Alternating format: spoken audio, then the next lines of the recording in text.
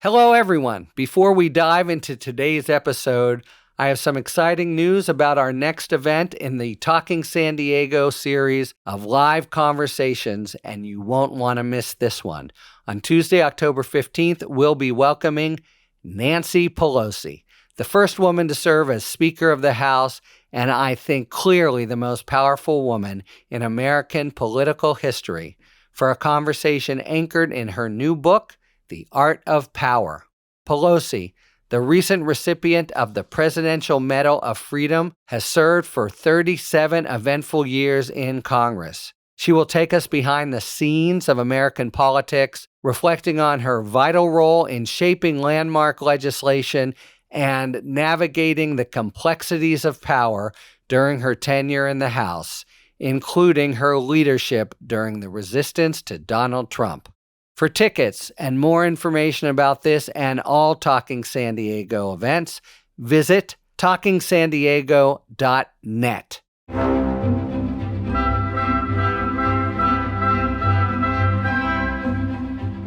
Welcome to Talking Feds, a roundtable that brings together prominent former federal officials and special guests for a dynamic discussion of the most important political and legal topics of the day. I'm Harry Littman. It was another pretty good week for Kamala Harris, another pretty bad week for Donald Trump, and another far from certain verdict on where it all leaves the country. Harris's week included events at the National Association of Black Journalists and a campaign rally in Detroit featuring Oprah Winfrey and a lineup of Hollywood heavyweights. She used the Winfrey interview to present her most substantive discussion of immigration policy to date, and let slip, as if by mistake, that she owns a gun and, quote, if somebody breaks into my house, they're getting shot. Harris also continued to swamp Trump in fundraising, but her campaign was spending the money nearly as fast as it came in, investing heavily in both traditional and non-traditional media. Trump, for his part, had yet another policy-free week, heavy on demagoguery. He seemed intent on fanning the flames of the Springfield, Ohio pet-eating controversy, which his running mate J.D. Vance all but conceded he had made up. And Trump's violent faithful responded with a series of bomb threats that forced the evacuation of multiple Springfield primary schools. Then, at week's end, CNN published a string of spectacularly perverse statements that Mark Robinson, the Republican gubernatorial candidate in North Carolina, had made under a pseudonym. And just hours later, the North Carolina ballot was finalized with Robinson's name on it, posing an ongoing problem for Republicans nationwide, but especially for Trump, who has repeatedly praised Robinson and compared him favorably to Martin Luther King Jr. Should the fallout be enough to let Harris pull off a victory in North Carolina, where the two are now tied, it would represent a huge breakthrough in the static dynamics of the national map. To analyze a week in which the Harris-Walz ticket may have begun to gain traction in critical swing states and even nationwide, while the Trump-Vance ticket showed no signs of budging from its all-MAGA, all-the-time strategy, we welcome a terrific panel of political commentators and friends of Talking Feds. And they are Jason Kander, the president of the National Expansion at Veterans Community Project, which is a nonprofit dedicated to fighting veteran suicide and homelessness. After serving in the Army in Afghanistan, Jason was elected to the Missouri State Legislature and later became Missouri Secretary of State in 2012. He hosts the popular podcast Majority 54. Thank you for your service, and thank you as always for returning to Talking Feds, Jason Kander. Good to be with you again. Josh Marshall, a journalist, blogger, and the founder of Talking Points Memo, one of the earliest go-to political podcasts out there, and an accompanying newsletter entitled The Back Channel. He also hosts the Josh Marshall podcast. Thank you very much for joining, Josh Marshall. Thanks for having me. And Tara Setmayer, the co-founder and CEO of the Seneca Project, a bipartisan super PAC focused on mobilizing female voters in crucial swing states to support Kamala Harris's campaign. Formerly, Tara was a CNN political commentator and Republican communications director on Capitol Hill. She is a resident scholar at the University of Virginia Center for Politics. Great to see you, as always, on Talking Feds, Tara. Thank you. It's always a pleasure. You know, I wanted to begin with a literal sort of serendipitous split screen from Thursday that I thought really drove home the diversity of narratives shaping the race to November. So Tara was on MSNBC discussing Mark Robinson, the gubernatorial candidate for the GOP in North Carolina, while a sort of screen in the screen showcased the Oprah Winfrey Kamala Harris interview and rally. I really liked the juxtaposition, and I thought it gave rise to a few kinds of questions. Robinson, already infamous for his incendiary rhetoric, found himself in hot water, you could say, after being exposed for a series of entries on a alt-curve site that would make Larry Flynt blush. And then on the other, you had Harris in her live stream interview in Detroit with Oprah and an dazzling collection like the Oscars of star power. So let's jump in, beginning with Robinson. He's already losing badly to the Democratic candidate, Josh Stein, but the real story here is not that race, but the possible impact in North Carolina on Trump, who endorsed Robinson, has called him MLK on steroids. What do you see as the possibility of collateral damage here for the Trump candidacy? What a week. This has been the strangest political week in a series of really explosive weeks in this election. It's just, it's unbelievable. Look, Mark Robinson is probably one of the most despicable people running for office right now. And the fact that he had the full endorsement of Donald Trump and the Republican establishment, based off of what we already knew, was problematic enough, which is why he's losing by, I believe it was 8 points before this latest scandal. North Carolina was the closest state that Joe Biden lost in 2020. It was by less than a percentage point, and it was in play. It's really in play now. You have Dobbs that happened since then, the overturning of Roe v. Wade.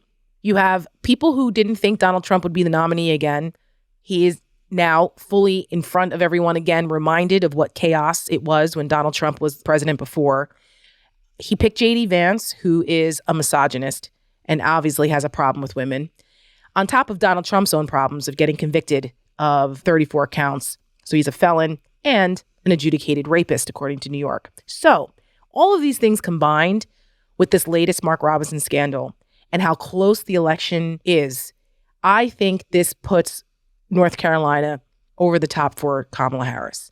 It's going to still take work, but I do not see. The latest poll showed her up by +1. So the trends were already going in her direction here in North Carolina. But I don't see how women don't look at this and say, okay, absolutely not. Because the Republican establishment has not resoundingly condemned Mark Robinson. Not only the sexually explicit things that he was caught saying, and he's denying it, by the way, he's blaming it on AI, which would be quite something considering the unbelievable work that was done, the intrepid work by Andrew Kaczynski at CNN to document all of this. They really were meticulous. Yeah, believe me, it's Mark Robinson, okay? This was not AI. He calls himself a black Nazi. He makes comments, really disgusting anti-Semitic comments.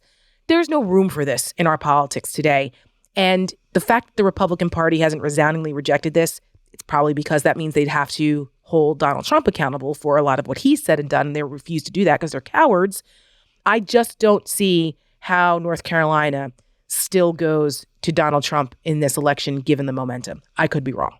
Wow. Let me follow up with an observation and a question to both Josh and Jason. So the observation is North Carolina counts its votes before the election, unlike many states. It reports at 7:30 East Coast time.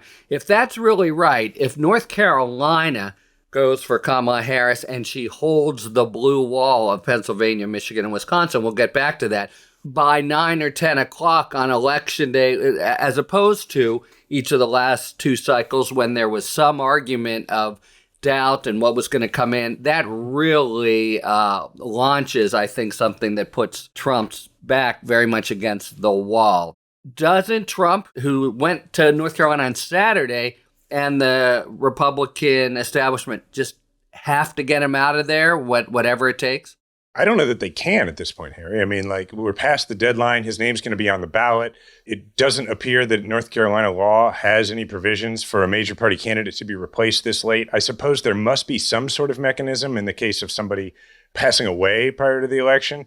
But what would be Robinson's motivation for getting off the ballot? I mean, he has not presented himself as a particularly selfless, others before me sort of person. And requisite to getting off the ballot is some level of admission, which he is not in a position to do.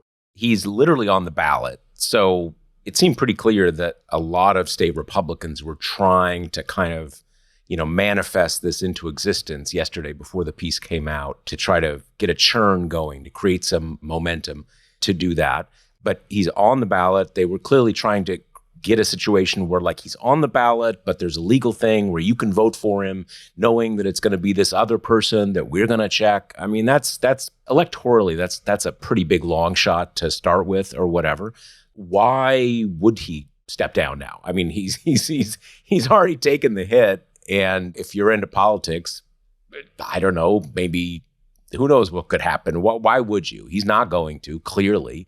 And to the point of, like, the state has to get him out, state Republican Party put out a press release last night basically saying fake news, we love this guy. It is one of the interesting things how Donald Trump has created, or, I don't know, expanded this decision tree where you can have something where you're just caught red-handed and you just deny it. And that works somehow, kind of, even though everybody knows it's totally absurd. It's such a funny thing because, it's I'm not even sure you'd say it was close. I mean, she's probably, to the extent that anything matters when statistically it's so narrow, if anything, she's a bit ahead. Yeah. So how much does this have to affect things to make her the winner? You're clearly talking about some level of demoralization of just a certain fraction of Republicans who are just so pissed that they just don't even show up or something. But considering that you may need less than 0 of them not to show up, maybe one dude not showing up could make the difference. So who knows? But it's not great. I think it's pretty clear the Trump campaign was doing everything they could to add momentum to this story yesterday, on the outside chance they could get out of under this situation. Well, let me just press on that he's already taken a hit and point out a couple things. One, he's not Donald Trump. And 2, there's going to be more that will come out. And until he concedes that it's him, that's a big story that plays in the national news, doesn't it? I don't think the hit's been fully absorbed, and it's going to continue. We're down to 6 weeks. I meant the personal hit. Right. If we're talking about getting out of the campaign, I mean, this exposure has happened, and it's of such a caliber and I've only seen, as I think most of us have, a few paragraphs screen captured and put onto Twitter, but I think there's a whole message board, so you can just keep looking forever for new stuff, basically. Well, that's right. That CNN was trying to be, discreet, but it's gonna keep coming out. Doesn't it stay a story as long as he's in? And so you see it as there's nothing they can do about it. Do you agree that the damage is ongoing as long as he's in the race? Yeah, I do. I do too, because he's tripling down, and it's the absurdity of his excuse is something that I don't think sits well with people who are not in the MAGA cult. If you're in the MAGA cult, you're going to be like, yeah, of course, it's the man trying to get you. It's the deep state, right? They accept that. But for normal people who live on Earth 1, those voters are going to go, no freaking way. And I cannot imagine it does not turn off those voters in other places who are looking at the party and saying, am I comfortable voting for a party that would defend this or stay silent, because silence is complicity, with this type of vile stuff? And so, yes, it's a drag. It absolutely is. Now, political operatives who aren't part of the cult but are professionals, they recognize this, which is why they wanted him out. But it's Donald Trump's Republican Party now, and you cannot piss off the master, as everyone has seen, if you want to maintain your status in the party. And without Donald Trump coming out and saying, we disavow him, no one else is going to publicly. Donald Trump compared the guy to Martin Luther King. On steroids. On Yeah. steroids, He's right. better Than Martin Luther Right. King.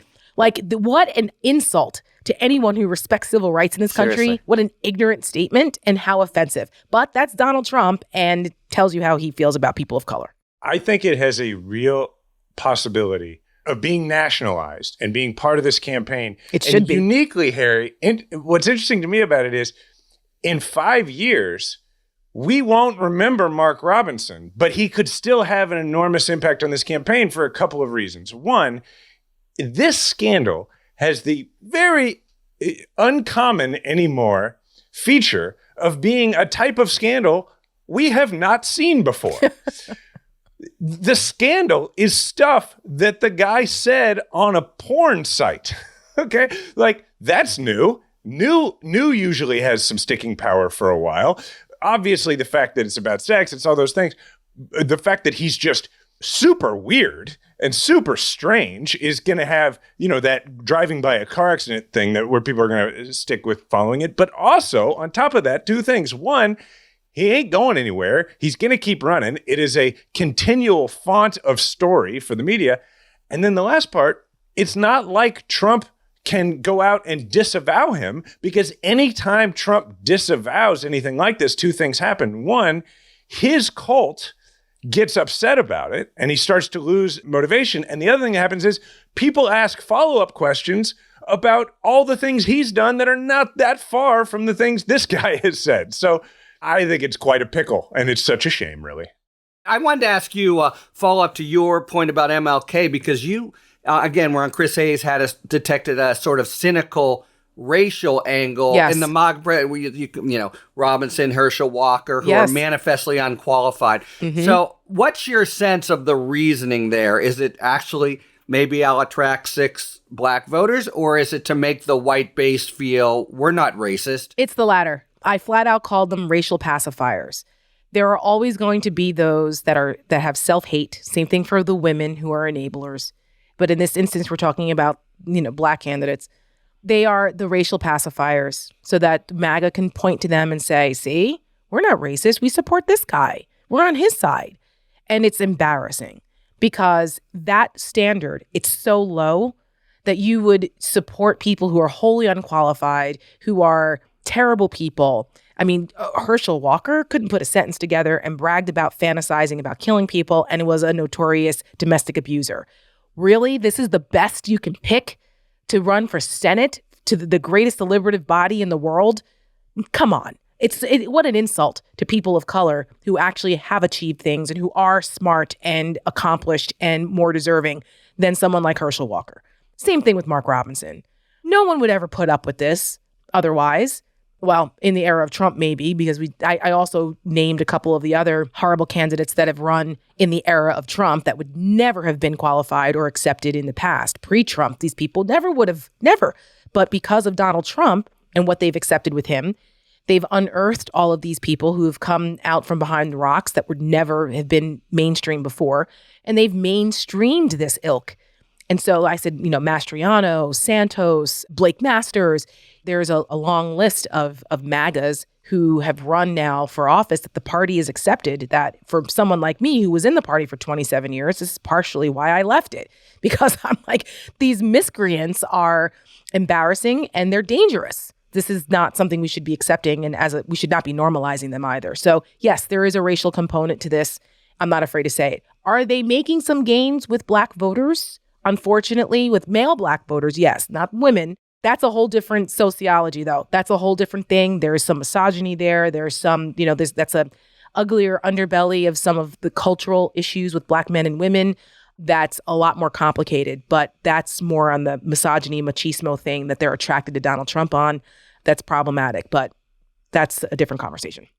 There's how much he's damaging other Republicans on the ticket in North Carolina. But that's not the only question. You have now, we're 45 days out from the election, give or take, something like that. That means as a partisan, you say, I got 45 days to put my message out, to make my arguments.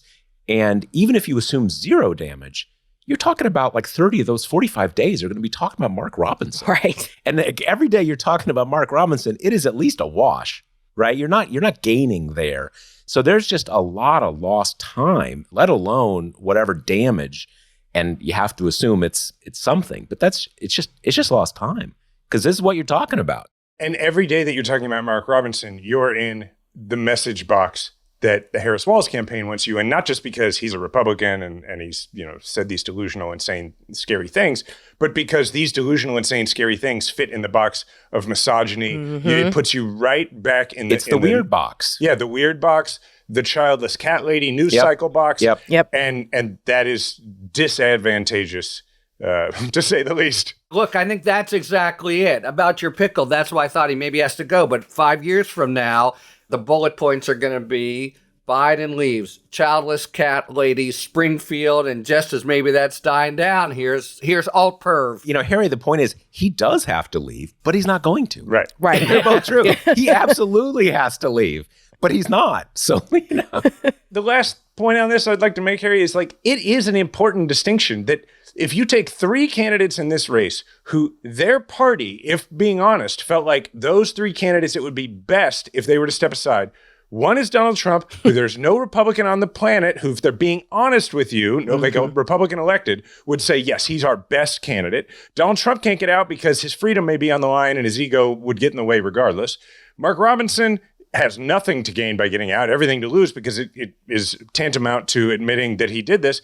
And then who's the third? Joe Biden, who put the country first. I do think that is important. And it's a distinction Democrats should make, is that there's one side that when the best thing for the country and even for their party, the ability to put other people above yourself, only Joe Biden, which I feel terrible comparing him to those two other people. yeah, it's worth saying he didn't do anything wrong. Right. The only reason you compare them is because electorally it made more sense for him to step aside. Otherwise, Right. no comparison at all. That's a good point. Yeah, no, great point. All right, let's go to the other side of the split screen, the Kamala Harris, Oprah. So, the main news she made, I think, there was a lot she wanted to talk about, was she's a gun owner and a pretty brassy one. If somebody breaks in my house, they're getting shot. So again, I want to start with the question of audience.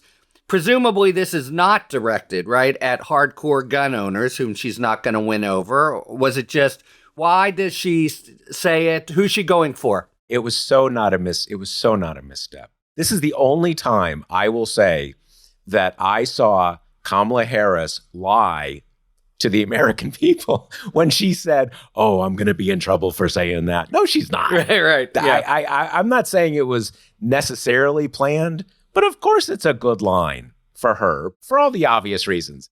Well, the reason is that she's appealing to those moderate voters, people in those swing states who are gun owners, and most people are law-abiding gun owners. I'm a gun-owning household. I'm very pro Second Amendment. I also think that there are issues that need to be addressed when it comes to gun owning, and we actually have a problem in this country. However, she has to shed herself of the narrative that Donald Trump is trying to portray her as this crazy radical lefty that's going to come for your guns. We all know that that is a trope that Republicans have used for years. I know. I used to be on that side. So it was smart of her, because this is not the first time that she's mentioned that she's a gun owner. No, it's not that she's a gun owner. They're getting shot. Well, but here's the thing about that, which I felt like, even though, maybe this is just because I've been in politics for a long time.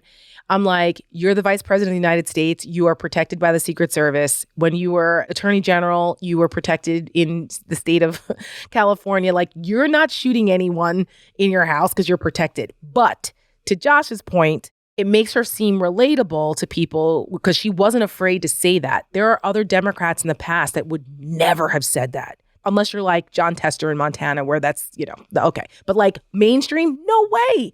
So smart politics on her part. We'll see whether it resonates or not, but at least she's showing an openness to the fact, like, hey, I'm like you. I believe in the Second Amendment. I'm not coming for your gun. And guess what? If somebody came in my house, I'm going to shoot them too, theoretically. Good politics. Good politics. Can I say something on this that maybe sounds strange? It didn't even seem, I live in Kansas City, Missouri. I've lived here most of my life. That didn't even seem like a strange thing to say to me. And and I'm on the board of Giffords, okay, and got an F from the NRA. Right. But like, whoa, the way I've grown up and the way like a lot of people, Josh, I know you're from St. Louis, like the way things are here, like you own a gun for one of two reasons, sometimes both. One is you're a hunter, which I'm not. The other is like for home defense. And so to me, it's like, that just sounded to me like a person who has been in law enforcement for a lot of their life. And, you know, when she was a prosecutor, I have no doubt there were a lot of threats. When she was attorney general, maybe it's different in California, Tara, but like when I was Secretary of State in Missouri, I had a detail, but they didn't go home with me. Oh, well, at that level, I think because of the nature of what most people weren't threatening you as Secretary of State. No, I mean, right? I had maybe now in the era of Trump, it's a little bit different. These days, right? Different now. Well, yeah, and I was the most high-profile Jew in the state, so like you know, we had threats, but it's not a contest, obviously, but like, but I didn't have security at night. My point is like, it just sounded like somebody saying, yeah, if you invade my home, that's why I have a gun. And where I live, there's a reason, like, if I wanted to go see my neighbor after it's dark, even though I live in a pretty nice neighborhood, if I knock and they're not there, like, I'm not going to enter because I'm worried I'll get shot. So I just think to a lot of the country, and maybe this was purposeful, but maybe it was just her being natural, that would be like, well, yeah, of course. That's why I have a gun. That's why she said, that's why it was good politics. Yeah. And of course, Trump is repeatedly, they seem to me still flummoxed and not sure-footed about how they're going after, but they have settled sort of on the Berkeley, Kamala, so that's a sort of antidote there, right? Which is another reason why she said it, because most people in Berkeley aren't running around saying, I'm going to shoot you if you invade my house, which would be my constitutional right to do. And she probably didn't say it a lot then, to be fair. Right. So, that's where right. I'm a little skeptical of it. That's just me being cynical because I've been in politics for too long. Oh, I don't think she did it without forethought. I'm just saying, to me, it was like, I was like, oh, this is news? Because of where I live. Like, well, it was also signaling the way she said, like, oh, I'm going to get in trouble. The real Kamala, the real badass Kamala out. That was right? pretty cute. Well, the other thing, too, is that, look, in a lot of Democratic spaces, what you'd say in this context is, look, the statistics say that having a gun in your household is more likely to kill you or a family member than some person you're worried about in the future breaking into your home. And statistically, that's true. It is. Because people kill themselves with firearms, accidents, all sorts of things. But a lot of voters who are not strongly tied into politics, various aspects of liberal ideology, will hear that and say, like, you know what? Someone comes to my house, I'm going to shoot them. I like, whatever. I'm not worried about some future person tripping on the gun or getting depressed. Like, let's be real. Someone comes to my home, I'm going to shoot them. Mm-hmm. And that's just kind of a common sense thing that I think for a lot of either not terribly tuned into politics voters or just kind of moderate middle of the road voters hear that and you're like, okay, that's in the real world. Yes. Not this kind of like Harvard study about firearm fatalities world. That's have a beer with them kind of thing. Yeah. Yes. And for gun voters, that is a really important place to be because you have to know which quote unquote gun voters you can actually get as a Democrat. Yep. Look, if you collect AR-15s, you're probably not voting for Kamala Harris. Okay. But if you have a pistol and a hunting rifle, and it's important to you, and you live in a rural area, or you have other friends who are gun enthusiasts or whatever, you might be a gettable voter. And what you're looking for is that this is a person who lives in a world of common sense and not in what you believe to be a coastal world that says anyone who owns a gun is a person I don't like. Yes. And that expresses the most important thing a candidate can express on this issue to get those persuadable voters, which is you and I would get along fine. That's what that expresses. Well, I think that puts it perfectly. Well, can I say one more thing? You said it at one point in this segment, Jason, 2 reasons you can own a gun. You're a hunter or for, defense of your home. Mm-hmm. There's more reasons you can own a gun. Those are the 2 good reasons you can own a gun. Right. Yeah. Then there's the guy who has 10 AR-15s and some ceramic body armor. And he does scare me. Because we know what happens with some of those people. Not all of them. Well, we've seen it happen already over the summer. Yeah. And that's not a persuadable voter because the guy with AR-15s, they're part of his personality. That's and right. a person who owns, a 357 in case somebody comes into their house, that's not a part of their personality at all. And that makes them a gettable voter. What's very trenchant about your point is you're breaking down gun owners who a lot of people, coastal elites and stuff, see as monolithic into different segments and some of them persuadable. I want to make a general point about the Oprah event. It's kind of an offshoot of what we've noticed already to date at the DNC, which is the way in which maybe she's very good and gifted, but previous women candidates who've come before her have kind of widened the field of the possible. So she has been gun-toting and tough on crime, etc. But the Oprah event was a pretty sort of emotional, soft-sided. I think it's the kind of thing that like 10 years ago, I don't know if Hillary Clinton would have done because it would have seemed that she's not strong enough. And what I think it showed is she's come of age at a time. She can play both sides without getting the kind of hits that previous women candidates would have gotten. Does that seem fair? Yes. And this is something I think that is part of this contrast, the stark contrast between her and Donald Trump, and Kamala Harris and Tim Walz's vision for America and who they represent and the type of leaders they are, the type of governing leaders they would be versus the world that Donald Trump and J.D. Vance and MAGA represent. You cannot get any different than the split screen that we saw last night. It was such a microcosm of the moment that we're in politically that it's hard to put into words. It really was remarkable because you have Oprah Winfrey, who is beloved by most people and is seen as someone who is a trusted voice and is incredibly powerful and represents compassion and decency and success and like all the things that make Oprah Oprah. And you have Kamala Harris there showing a side of her that's real and relatable. And she's a normal human being that exudes compassion and listens. And she's a well-adjusted adult. These are qualities that Donald Trump does not possess. He is a malignant narcissist, megalomaniac, liar, misogynist, who shouldn't be anywhere near power, and someone who can't put a full sentence together or show compassion or empathy. He's incapable of it. And here you have Kamala Harris listening to these unbelievably powerful stories, personal stories of real Americans, and the impact that Donald Trump's policies and what MAGA wants to do, the impact that it's had on people's lives. That young woman who lost her life, Amber Thurman in Georgia, should be alive today. She is not alive today because of Donald Trump's abortion bans. Period. That'll be the news of the coming week. Yeah, and that's why Kamala Harris went to Georgia Friday, specifically rearranged her schedule to go to Georgia on Friday, speak about reproductive rights, because that ProPublica story, outstanding reporting, again by ProPublica, revealing what happened to Amber Thurman, her inability to get proper care in Georgia, not getting a DNC, going into septic shock for 20 hours because they would, in a hospital. She should never have died in a hospital. She had complications from taking an abortion pill. This happens. People have complications from aspirin. And you go to the hospital and you get treated. Doctors don't have to think twice about whether they're going to go to jail or lose their medical license if they treat someone for complications from an approved drug. But that's not the case now with women and women's health care because of Dobbs being overturned, thanks to 3 Supreme Court justices that Donald Trump put on the court that had every intention on doing that. That is an incredible, powerful story to hear her mother and her family talk about the pain of that loss that was preventable. Stories like that, the political capital you get from that, and you hate to put it in political terms because these are real people's lives and things, but we're in an election and it's emotional and it matters. And people vote oftentimes on emotion, not logic, not statistics, to Josh's point. And that's something that Republicans have traditionally been very good at doing, but it's usually fear.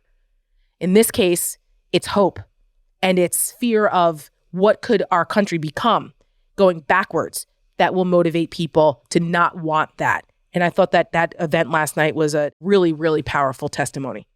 At the risk of saying anything after the brilliant stuff that Tara just said, I'm going to try. One thing I do want to say is that it feels like so often we focus on the ways in which our country is going backwards, but there are ways in which culturally we're going forwards. And one of those ways is the baseline level of assumption that voters or anybody else in American life now seems to have about the strength of women leaders. And I do think that's due to people like Hillary Clinton. I think it's frankly due also to people like Caitlin Clark.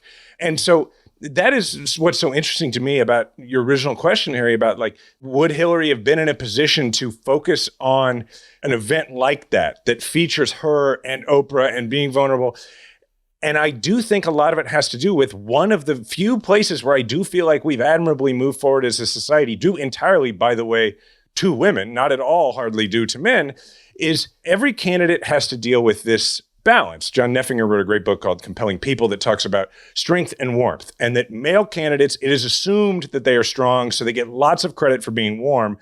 Female candidates, it is assumed that they are warm, but it is very difficult for them to establish any credibility along strength. And it just seems like as we have more and more women featured in our society for their achievements and for their competence, which it's always been there, but now that we're noticing it, someone like Kamala Harris doesn't have to spend quite as much time establishing her strength bona fides. And there's a baseline assumption that she gets to benefit from, thank God, that is sadly still far below what a man gets to benefit from, but it makes it possible. And that's refreshing. And that's why she hasn't focused on it. Right. Hillary Clinton made it a staple of her candidacy that she was the first woman breaking the glass ceiling and all smashing through and all that stuff. Kamala Harris doesn't have to do that now because Hillary Clinton already did. And it's important for the American people to see her as a leader and not based off her gender. And the history is already implied. When I was at the DNC, my first DNC ever, I've been to many Republican ones. This was my first DNC and it was spectacular. I got COVID, but it was worth it. Thank God it was mild. It was my first time ever getting COVID. And it was, I would not have missed being part of that historical event for anything. But women, we all wore white. There wasn't we didn't get a text message that said, wear white on Thursday for Kamala's acceptance speech.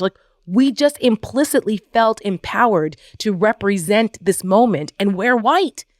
And the arena was filled with thousands of women wearing white. And like I said, there was no marching order that I was aware of. There was no memo? I was trying to figure that out myself. Right. No, we understood the assignment. And so I think that's important too, because people, they don't want to hear about the historic firsts and all that anymore. There's just too many things going on in our country that need to be fixed. Others need to feel comfortable that there is a woman running, that it can be the commander in chief, and we're not going to focus on all those other identity politics things. That's been a weakness for Democrats in the past, and this time they can't use it against them. So the folks running Kamala's campaign this time around, I think, have learned some lessons from the past, some mistakes that they've made in the past that they know Republicans will exploit. And I think they've done a brilliant job of it.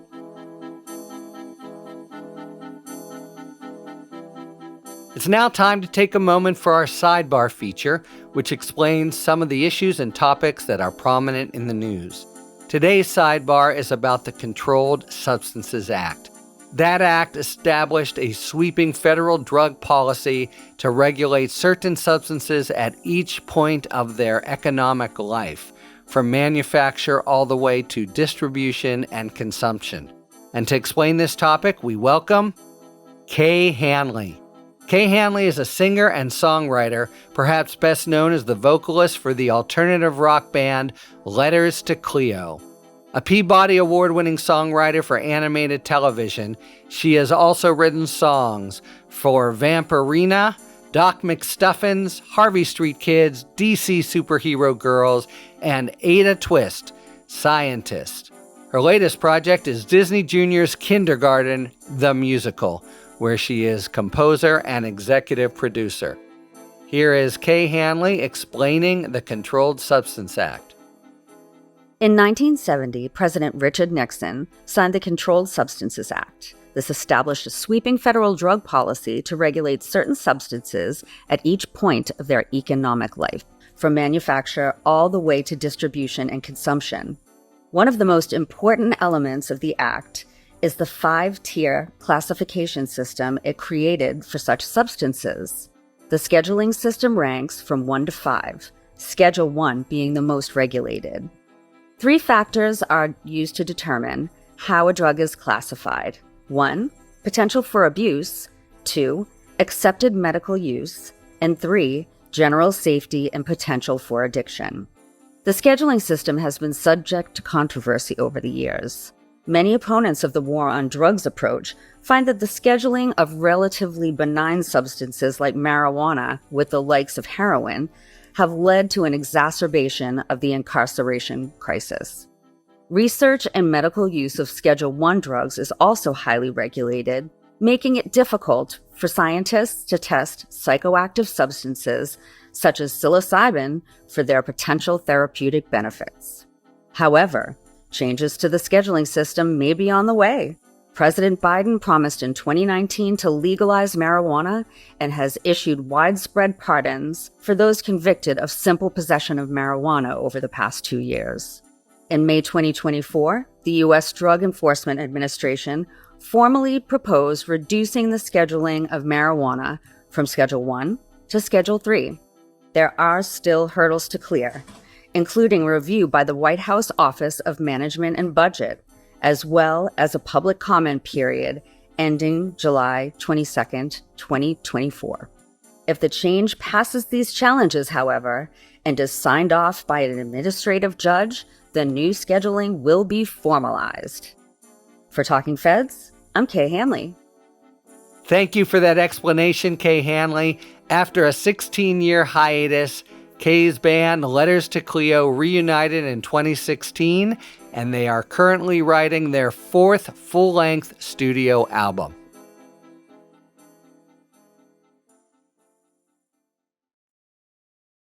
All right, it is now time for a spirited debate brought to you by our sponsor, Total Wine and More. Each episode, you'll be hearing an expert talk about the pros and cons of a particular issue in the world of wine, spirit, and beverages.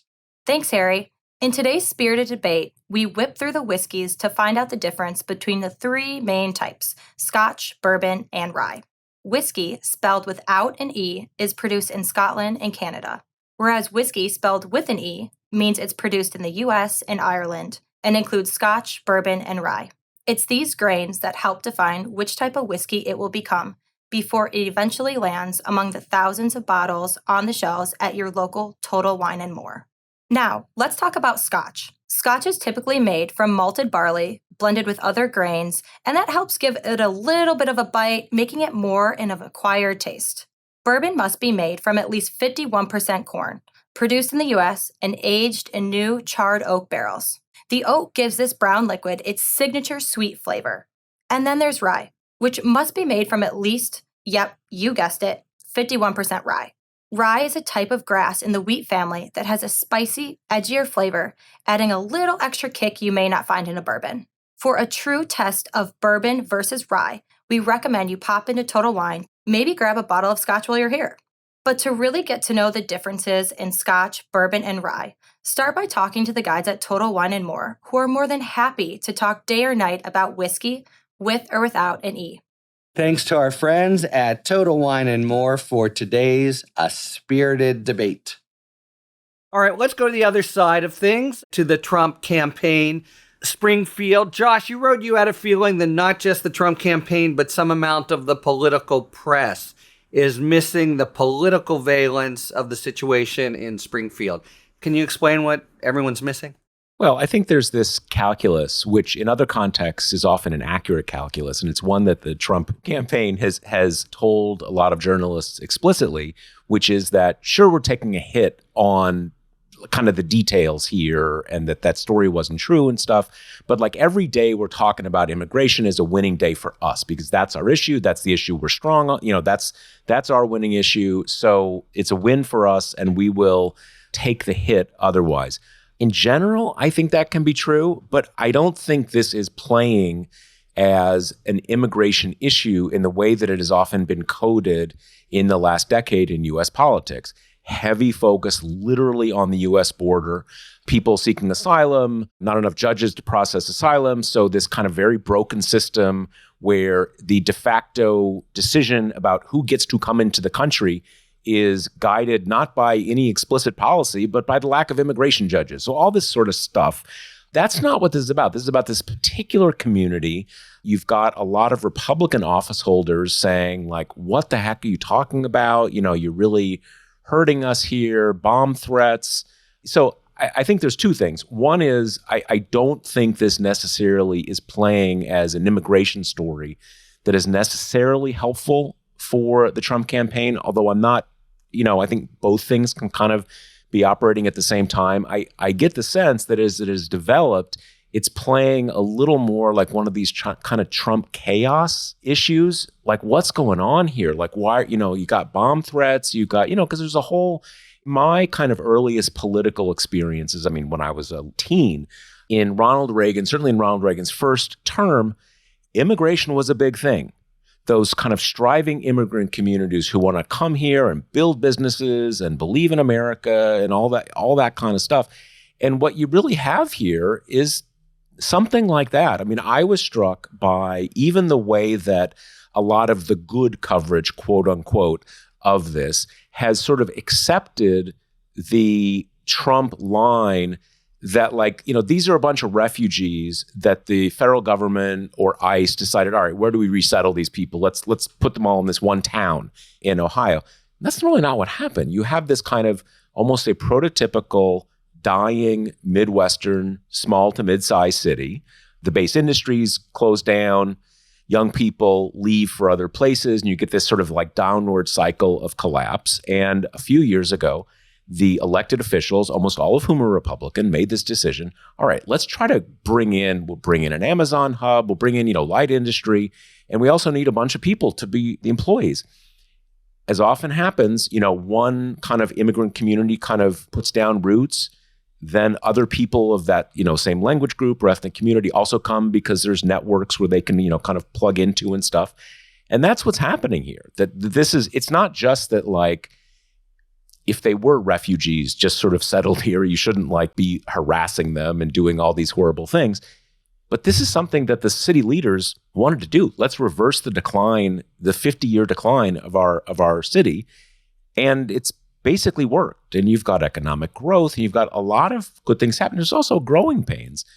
But again, I think on both of those counts, it's not clear to me the politics are exactly what people assume. Although, again, I don't say that with total confidence that it couldn't be working to the Trump campaign's advantage in some ways. But as is often the case with Trump, people are so, especially Democrats, are so scared of having counted him out in the past that, when he sort of steps on a rake and hits himself in the face, there's this great desire to say, that was totally by design because it's going to work to his benefit.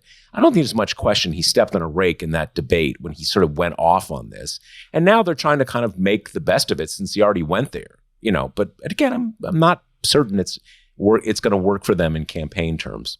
Well, agreeing with everything that Josh said, what the balance of it is that if you're the Trump campaign, any week that is spent talking about immigration is a week where they feel like they won that week. And I think marginally they did. And I think because it, regardless of how ridiculous it is and how clear it is that there's some real lies at the origin of it, you've elevated an issue where you have an advantage to the top that's going to help you with your momentum. I'm sure they would have preferred that it happen in a totally different way and on a different subject. But I think if you said to them, Springfield will be the number one topic between now and Election Day, they would take it in a second. To Jason and Josh's point, immigration is the issue for Trump. It always has been. That's what he launched his campaign on. That's what he launched his political career in the mid-2000s on, right? The Barack Obama birther stuff, really leaning into the otherization of people who are not white Christian men. And so that, for me, I was in denial about how strongly that would resonate within the Republican Party. And that was something that concerned me and was another reason why I decided to say enough was enough. But the fact that if you don't believe that immigration is what Donald Trump has been hanging his entire political identity on, you just have to look at the fact that he picked up the phone and told Republicans, do not enter into this deal for a border security bill. That a bipartisan bill that serious Republican senators had been working on that actually had things in there that could have made a difference. I worked on immigration reform when I worked on Capitol Hill for 7 years. Border security and immigration reform were part of my portfolio. And so if we had seen a bill like that come across the congressman's desk in 2010 or 2011, we would have been thrilled as Republicans. The fact that Democrats conceded on so many things that would have been anathema to Democrats years ago, it really would have made a difference. But Donald Trump was not interested in that. MAGA world is not interested in actually solving the problem. They want it to exist so they can continue to demagogue it. This is a perfect example. They know that it's animating because there are areas of immigration that are a problem. Illegal immigration is a huge problem, and border security is an issue. The country has failed at solving this problem for 30 freaking years. This isn't a new problem. So it's created a lot of resentment, unfortunately, and there are the stories where illegal immigration has impacted communities and neighborhoods very negatively, or the crime rates in some places with the gangs and things. Those things are real. I've seen it. It's real. But that is not the whole story. And it doesn't mean that you lump every immigrant that's ever come to this country into that category. They're demagoguing it. There's so many facets to this, but it doesn't matter because Donald Trump's message is very simple and it's feeding this fear of the other. And that is something that is dividing this country in ways that is dangerous. And Springfield, Ohio now is ground zero for this. The last time around, it was the freaking migrant caravans or whatever, right? Now it's Springfield, Ohio, and there are real people's lives. There are real families, real communities that are being impacted by this. And it's a lie that perpetuated all of it. And when you have school kids that can't go to school because of bomb threats, because of a lie being perpetuated by MAGA, and they're unapologetic for it, J.D. Vance said, basically to Josh's point, if I got to make it up so that it can become an issue because, immigration really is a problem, well, then so be it. There is something so sick, twisted, and perverted about that I don't think they should get a pass on because there is some legitimacy to immigration problems. They shouldn't get a pass on it because someone's going to get killed. And how much more blood has to be shed for their lies? But you guys are obviously right because, you might think enough is enough, but he announced, he's not only decided to go to he's announced he's going there, and in 2 weeks, it's almost like it will be wild, right? So obviously that's their calculation. Just to that point, the local town officials don't want him there. The Republican governor of Ohio doesn't want him there. And we've already seen Proud Boys and their types marching in the streets there. We've already seen neo-Nazi propaganda being distributed and them speaking at local town councils, which started in August there. This is a cauldron. This is a problem, and they're just going to spark it even more so. And I really, my heart goes out to that community. It's not fair. And it seems to me a whole different category because everything else I can think of, he makes some point and people respond to it. They storm the Capitol. They're mad. But this is like, what is the connection between his saying maybe some immigrants are doing and people calling in bomb threats to evacuate schools? It suggests a whole level of apocalyptic mayhem. It's racial again. Okay, it's racial, and I'm not one that always throws the race card. But nobody would they be doing this if this was Ukrainian refugees? No. And last time I checked, it wasn't Haitian refugees or Haitian migrants that were storming the Capitol, beating up police officers, defecating on the marble floors of our Capitol, or threatening to hang our vice president. So what does that say? This has been a really great, I think, and insightful conversation. I wish it wouldn't come to an end so soon, but it does. We're just about out of time. Only our Talking 5 feature where we take a question, we each have to answer it in 5 words or fewer. And the question this week, Trump's sentencing was supposed to be this week, I think 2 days ago. What is he doing with the extra time? I'll go. In bed watching Newsmax. I'll go. Planning his next incel rally. I would say terrorizing Springfield. There you go. And I'm going with more offshore bank accounts. Thank you so much, Jason, Josh, and Tara. And thank you very much, listeners, for tuning in to Talking Feds. If you like what you've heard, please tell a friend to subscribe to us on Apple Podcasts or wherever they get their podcasts. And please take a moment to rate and review this podcast. You can also subscribe to us on YouTube, where we are posting full episodes, talking books, and bonus video content. You can follow us on Twitter at TalkingFedsPod, and you can look to see our latest offerings on Patreon. Talking Feds is a completely independent production, so if you like the work we do and are inclined to support the show, joining our Patreon is the best way to do it. Thanks for tuning in, and don't worry, as long as you need answers, the Feds will keep talking. Talking Feds is produced by Catherine Devine, associate producer Gabriella Glick, sound engineering by Matt McArdle. Rosie Dawn Griffin, Hamza Mahendranathan, David Lieberman, and Emma Maynard are our contributing writers, and production assistance by Akshaj Turbailu. Thanks very much to Kay Hanley for explaining the Controlled Substance Act. Our music is by the amazing Philip Glass. Talking Feds is a production of Delito LLC. I'm Harry Littman. Talk to you later.